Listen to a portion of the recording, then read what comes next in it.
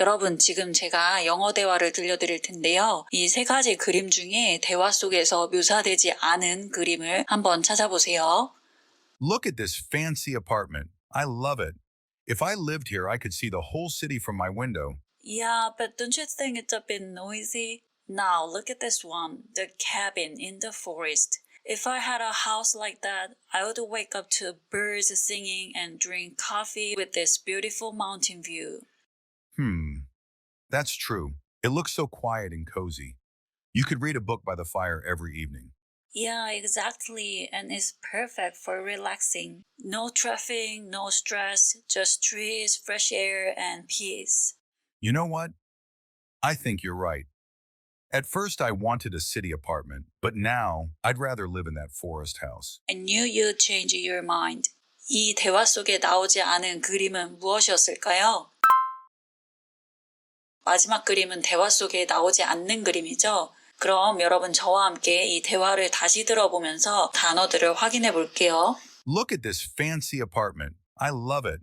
If I lived here, I could see the whole city from my window. Yeah, but don't you think it's a bit noisy? Now look at this one, the cabin in the forest. If I had a house like that, I would wake up to birds singing and drink coffee with this beautiful mountain view. That's true. It looks so quiet and cozy. You could read a book by the fire every evening. Yeah, exactly, and it's perfect for relaxing. No traffic, no stress, just trees, fresh air, and peace. You know what? I think you're right. At first, I wanted a city apartment, but now I'd rather live in that forest house. 여기에서 듣긴 들었는데 뜻을 잘 모르겠는 단어들도 있으시죠? 단어들을 바로 설명드리기 전에 여러분 이 질문에 한번 답을 먼저 해보시겠어요? 이 대화를 봤을 때 저는 지금 이런 집에 살고 있는 걸까요? 아니죠. 어떻게 아닌 걸 알 수 있으세요? 네, 바로 여기 이 문장 때문이죠. If I had a house like that, I would wake up to birds singing and drink coffee with this beautiful mountain view. 우리가 가정법이라는 문법을 알고 있죠. If I had 이것과 I would 이 부분을 통해서 내가 만약에 이런 집을 가지고 있다면 뭐뭐 할 텐데 라는 뜻을 통해서 제가 현재는 이런 집에 살고 있지 않다는 것을 알 수 있죠. 그런데 정말 이 문법을 통해서만 우리가 알 수 있었을까요? 저는 그렇지는 않다고 생각을 해요. 내가 이 가정법이라는 문법을 정확하게 모르고 있더라도 전체적인 내용이나 의미가 파악되셨다면 충분히 제가 지금 이런 집에 살고 있지 않다는 것을 알 수 있습니다. 문장을 하나씩 한번 볼까요? Look at this fancy apartment. 여기서 fancy라고 하면 뭔가 세련되고 화려하고 이런 부분들을 이야기하는데요.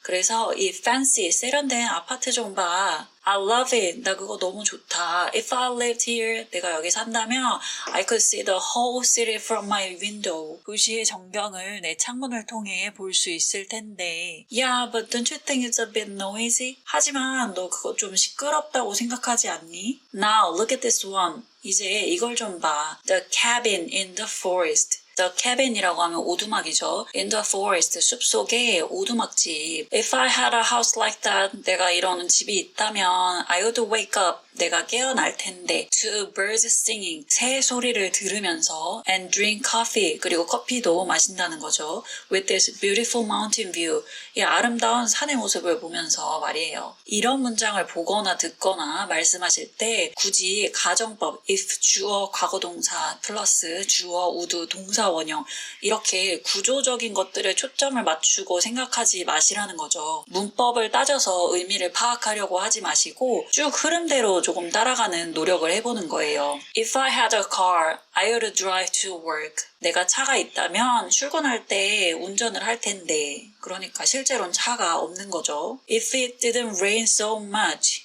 그렇게 비가 많이 오지 않는다면 we could go hiking. 우리는 하이킹 갈 수 있을 텐데. 꼼꼼하게 문법적으로 다 완벽을 기하려는 마음을 좀 내려놓으시면 영어가 조금 더 편안하게 다가온답니다. 리딩이나 리스닝을 통해서 영어를 우선적으로 쉽게 받아들이실 수 있어야 내가 말하기로도 연결이 되는 부분이거든요. 그리고 이걸 말하기로 연결하기 위해서는 충분한 연습이 필요한데요. 의식적으로 신경 써야 되는 부분은 문법이 아니라 내용이 되도록 만들고, 무의식적으로 나오는 건 이 문장 구조가 무의식적으로 나올 수 있도록 노력을 해주셔야 되는 부분이에요. 우리가 흔히 하는 실수가 우리가 문법 구조를 의식적으로 생각을 하려고 하는데, 이 부분이 사실은 무의식적으로 나오게 만들 수 있어야 영어의 유창성을 가질 수 있다라는 거죠. 이런 구조적인 부분을 연습해 보실 수 있는 워크지를 오늘 준비를 해드릴게요. 외운다고 생각하지 마시고 일단 구조를 체득한다라는 생각으로 입 밖으로 내뱉는 연습을 해보시면 좋겠습니다. 우리 처음에 들었던 대화 끝부분까지 한번 같이 볼게요.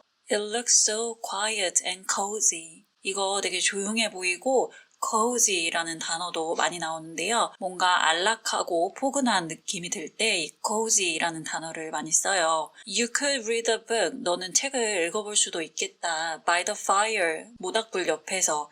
Every evening. 매일 저녁에. Exactly. 맞아. 바로 그거지. And it's perfect for relaxing. 이거 휴식을 위해서 정말 완벽하지. No traffic, no stress. 차가 밀리는 것도 없고 스트레스도 없고 just trees. 단지 나무들만 있다는 거죠. Fresh air and peace. 맑은 공기와 평안함이 있다는 거죠. You know what? 너 그거 아니? I think you're right. 네가 맞는 것 같아. At first, 처음엔 I wanted a city apartment. 나 처음에는 도시 아파트를 원했는데 but now, 이제는 I'd rather live in that forest house. 나 그냥 그 숲속집에서 살 것 같아. I knew you'd change your mind. 네가 마음 바꿀 줄 알았어. 이렇게 이야기하고 있어요. 문법을 문법만 단독적으로 공부하시기보다는 이런 맥락 속에서 알아가는 것이 중요한데요. 이건 단어 공부에도 적용되는 방법이에요. 저는 현재 윈피키드 다이어리로 많은 분들과 스터디를 진행하고 있는데요. 처음에는 어떤 단어나 표현을 모았을 때 이게 뭔 말이야 하는 이런 표현들이 반복돼서 나올 때